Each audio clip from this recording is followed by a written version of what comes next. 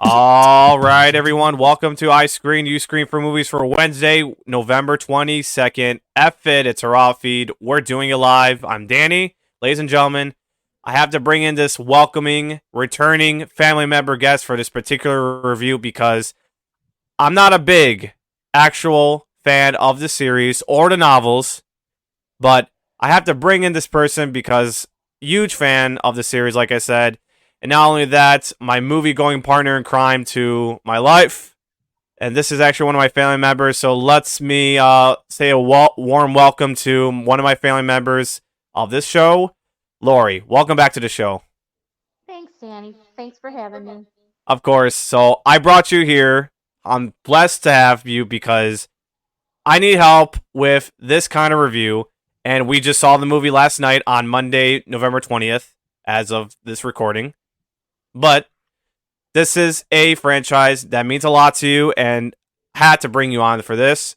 So for this episode, ladies and gentlemen, I am reviewing Hunger Games, The Ballad of Songbirds and Snakes. And this is a prequel that begins it all before the first four Hunger Game movies. So, Lori, straight off the bat, I'm going to ask you, how much does this series ever mean to you from like the novels and to the movies? Like, how does it all begin to you as you love these movies? Where does it start? It means so much. I love the novels. Read the novels first, then went to see the movies. Love them. Watch them every time they come up on a streaming channel or anything.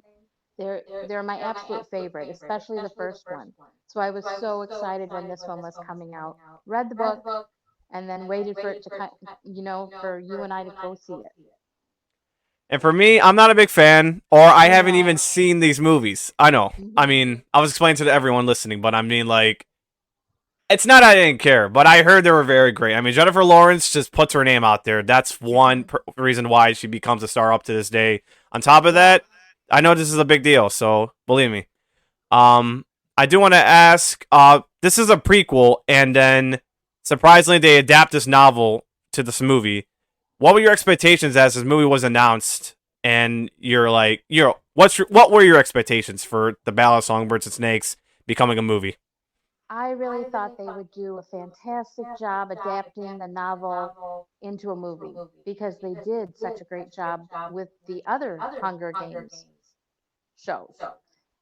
And I was disappointed. So I had really high expectations and I was disappointed. It seemed Okay, like the I think very. I think you're talking about your thoughts at the same time to your expectations. I mean, just your Oh, expectations, but hey, it's all right. So you are disappointed. That's okay. I think we're gonna go straight to the thoughts. So you are the guest. So go ahead and explain why you were disappointed with this installment. well, I guess because I did have such high Oh, and try expectations. not to spoil. Obviously, if fuck it's a raw feed, we're I'll not try. spoiling. But all Just right, go because ahead. I did have such high expectations since the original Hunger Games were so good. So I had high expectations and they were not met. What kind of expectations are you trying to like put out exactly, just I to just be thought it sure? would be, I don't know, close to the book and the original the Hunger Games series itself has always been very detailed, kind of gone really along with the book and everything. And I guess this did go along with the book. I just didn't think they did it well. They like the last quarter of the movie, it's like they just said, "Forget it, I don't care anymore," and quit explaining things. It's really the last quarter of the movie that I was just like, "Hey, you have to explain that better." Yeah. I think we'll get to straight to the bad stuff in this movie real quick. So you touched base on the last part. You said like the last quarter that didn't care. Okay, so yeah. For myself, let me explain my thoughts real quick. Obviously, before we get to the goods and bads, I thought it was very good. At least the first two acts, I thought the cast was great. Great chemistry. I thought the story was great. But then, yeah, the third and final act kind of got really under the bridge of the water. It became flooded to me that Yeah, it didn't explain. They didn't do a good job just taking this slow and just jumping in, and it was rushed. I mean, Yes. considering like that, I do want to ask a question. What do you think they should have done in this kind of scenario where this movie is like rushed and at the same time could have been either split it into two parts or increase the runtime of this movie? What do you think they should have done? Uh, I think increase the runtime. I hate a split movie. Although I didn't mind Mockingbird, but or Mockingjay, but yeah, definitely like lengthen the movie so that you had time to get a little bit more into certain things that would have been explained better. Yeah, I Because see. I understood them because I read the book, but it was like, hey, you didn't explain that very well. Nobody's going to get it unless they read the book. Or repeated viewings many times to Yes, understand, which I yes. think usually happens. People want to understand, and once they watch it many times. And I've been thinking about how this ending worked, and still didn't. I can almost exactly think what this was, but then yet again, it could just be like it's just rushed. For me, for my opinion, they could have split this, and I was okay with it. It's just me, because we get to see Mockingjay split into two parts. The Mission Impossible final two movies are split into parts. The Twilight Saga movies were split into two parts. And yeah, I mean, I could have think they would have split into parts. I I think would have so. think this would have been just helpful, and I wouldn't mind waiting for another one coming out next year.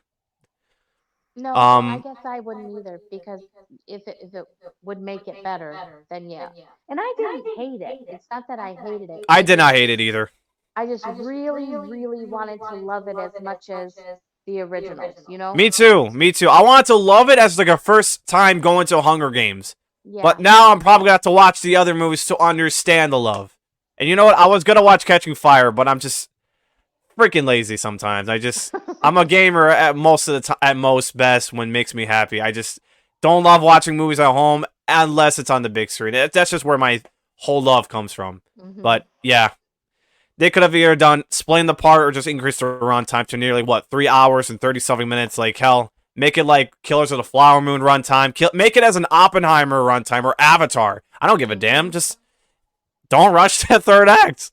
Yeah, I Oh think people would still see it, if it's that long because there are a ton of Hunger Game fans, you know? So I think the fans, I'm sure they were out for this movie, yeah. and we would have stayed longer if, they had made it longer and explained it better. Yeah. But like you said, you didn't like the end. I didn't mind the end. I didn't mind the end at all. It was I got just, the idea, just it was still rushed. That's what the thing kind oh, of yes, killed me. definitely. That's what kind of like drags it. But I still like the movie. I think we'll get to the good stuff. Great cast, Lori. Yes. You're not familiar with most of the cast, unlike Jennifer Lawrence, Josh Hutcherson, Donald Sutherland, who played Mhm. as Snow. I don't know how to pronounce the C word, which starts with the first name's Cornelius or something. I can't freaking say his name, but I'll just call him Snow. So, just want to ask, as we're getting to the cast, what is this movie mostly about to expectation wise? Like, is it mostly about the storytelling of Snow, how he became the president of the Hunger Games, or like, how does it really work based on the novel and like how it leads to the other movies? Yeah, it's like they're telling Snow's life story to kind of say this is why he is how he is in the Hunger Games. Like this is his past. This led him to be the person he is in the Hunger Games, President Snow.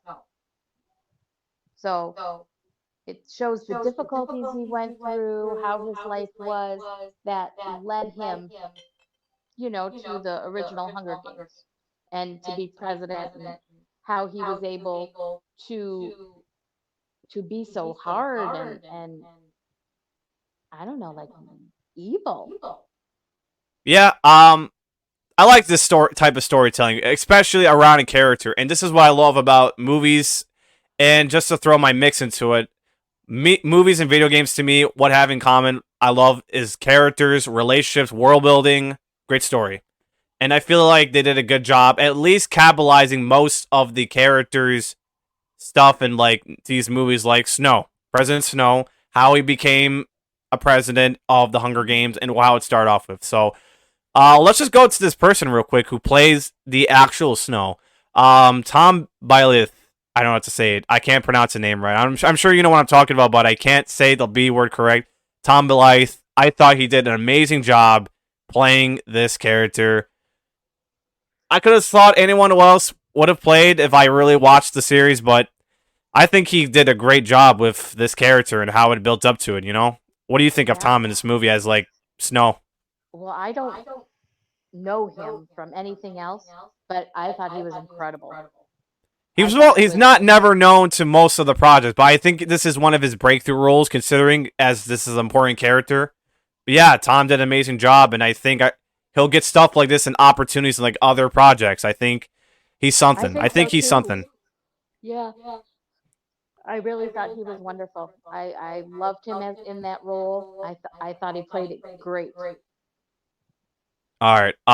Let's go to the co-star of this movie, and look, there's no hate from me or you and I just because she plays Snow White. Let's just put this hating. Let's just fuck those haters. I Hmm. thought Rachel Zegler was amazing. She I loved was. her in this movie. And look, the performance of her singing just Yes. made me fall in love. I love every single bit of her singing. It's just credible. Yes, Um, I was looking forward to that so much to hear the singing because when you're reading a book, um, and they say this is the song, you don't know the tune, so it's really nice to say, oh, that's what that song sounds like, and she was just phenomenal. definitely was. And this is why she got the part of Snow White, but I bet, yeah. I think she's got the great talent to voice and sing. I think she's going to do I think she's going to do a great job with the Snow White movie coming out, and like, well, now it's got pushed to 2025. I think they're going to just fix a few things, nothing related to her, but probably some other things related to this movie they're going to like fix. But other than that, Rachel Zegler was amazing. I loved her look and style of this movie. I think she did a good job. Um, let's go to one of my actual notable ones I think I love so much. And you and I talked about this, and I even asked this question before we seen the movie. Viola Davis. I'm surprised she's in this film as one of the makers of the Hunger Games, if I'm not mistaken. I Hmm. thought she lovely killed it. Her makeup on top of that looks Oh my sinisterly goodness. good. Goodness Yes. gracious. Her hairstyle, her clothing. I mean, they did a good job with the production set. It's very good. What do you think of her in this movie and like the whole character based on I, the prequel? well, as always, she was great. I mean, you cannot find a better actress. um I wish they'd have would have given her a little more airtime, you know. She's not one of the major parts of this movie, so I guess they're just putting her as like a supporting role, maybe, pretty much. That Yeah, but explains it in the why. book, she's got a much bigger part. Oh, okay. So I That was explains hoping, it. and especially when she's such a good actress, I would have liked to see her a little bit more. Same with what's his name, Peter Dinklage. But yeah, Is that Peter Dinklage. I was gonna have him. I was gonna go into that as well since we finished talking about Viola Davis. But Peter Dinklage was great too, and Yes. I love enjoying villains. On top of that, I love watching villains just dominate and then becoming the rising fall, pretty much. Actually, I loved all the casting, all the actors, even though I didn't know who most of them were, except for those two we just touched on. I thought they were amazing, all Yeah, of them. I loved them all. And usually, you kind of like say, oh, that one person I didn't really like that. I loved them all. I love them all too. I want to touch one person because I think she's gonna get a specific part if it's ever true. Hunter Schafer plays President Snow's cousin. Oh yes. While she's a great supporting actress, I think she might get something surprisingly. I think, to what I'm going to say on this episode, and probably the audiogram as I'm uploading this, obviously, she might get a bigger role in a future movie. I think she might be perfect for. And then I see the look, the sound of her voice. Are you familiar with The Legend of Zelda? Oh, that's a game. I, yeah, it's a game. Yes. They just announced a movie. They are Oh. developing it at Sony Pictures. Nintendo and Sony are working this well. It's a live action directed by Wes Ball, who did the Maze Runner movies, and he has an upcoming new Planet of the Apes movie coming out next year. He will be directing this. So Ooh, my I point like the is, Maze Runner. yeah, my point is, Hunter Schafer might be a perfect candidate to play Zelda, Princess Zelda. I can't say, but people talked about her that she might be perfect. I think she's got the will. I just can't wait to see what Hunter Schafer can do in future movies like this. And I think she was a great part to supporting this movie as well for Hunger Games. Yep. Definitely great. Yep, I agree. Um, is there any other cast members we should like discuss on real quick as we my goodness, I think we're almost out of everything to talk about too. Because Oh, Sejanus, I thought he was really good. Sejanus. Sejanus. That's his He's supposed played by best friend. Yeah. He's played by, according to the castings. Shoot, wait, I have to go deep.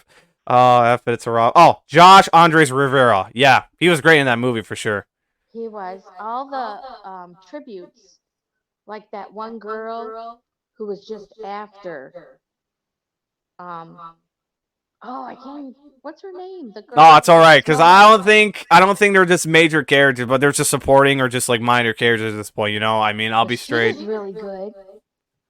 Yeah. Yeah, I loved the tributes. I thought they were excellent. All of um, Snow's fellow students, I thought they were all really good. But I think we touched on the most. Oh, that the head of District 12. I thought he was good too. The head of District 12. What's this Yeah, that person's name? commander guy. Oh, the commander. Yeah. The commander. Okay. What was I gonna touch? Oh yeah. As we're done with the castings to talking about, I want to touch on the director. This guy is well known to do all the Hunger Game movies. I don't know if you're familiar with this name. It is directed by Francis Lawrence. He's done all the Hunger Games movies. Mm. So while he did the first four, very great, and he's a huge fan, I'm sure. He also did I Am Legend with Will Smith. Ooh, It's actually I one of like my favorite that. films of Will Smith. I like What do you think of Francis Lawrence doing this franchise as a director? What do you think of him as he's done like throughout the Hunger Games franchise? I think he's phenomenal. Phenomenal director. I think he's done a great job with all of the Hunger Games. The only problem I have with the this latest one, the Ballad, is probably the writing, and because they shortened the cast was phenomenal, the director was phenomenal, the visual effects, makeup, costume, all of that amazing. So the only thing I had a little bit of problem with was the writing, I guess. Yeah, me too. Everything was great. And Hmm. people went far out of the way to think it's the best Hunger Games films in the series. If I was a fan, I think I would take that back and say it's not. To me, I'm No, sure to you, it's not the best film. To you, no, it it's could be last. anyone's opinions, but this is just our thoughts on To this me, it's episode. last. It's last, and I Dead wanted it. last. It's Okay. dead last, and I wanted it to be first. I really did. And that's not to say I didn't like it. I'm gonna see it again. I'll probably watch it, multiple times on TV as well. It's it's just I did not love it as much as the others, and I really wanted to. I wanted to too, and probably just be Yeah, placing in my top 10, top 5, but it just didn't come close. yeah. Compared to the other movies I've seen on this episode of I Screen, You Screen for Movies, it does not match my expectations for this movie, except the first and two acts and everything else. Just didn't fit well beyond. Um, Now, as a Hunger Games fan, I do want to ask your rankings to this franchise. Like, obviously, you said Ballad, Songbirds, and Snakes is your last place, your last Mhm. rank. That's your least movie. What about the other first four movies that you would rank based on the series that you like? Um, I think Hunger Games, definitely Hunger Games. The first one is first. Definitely, definitely, without a doubt, my most favorite by far.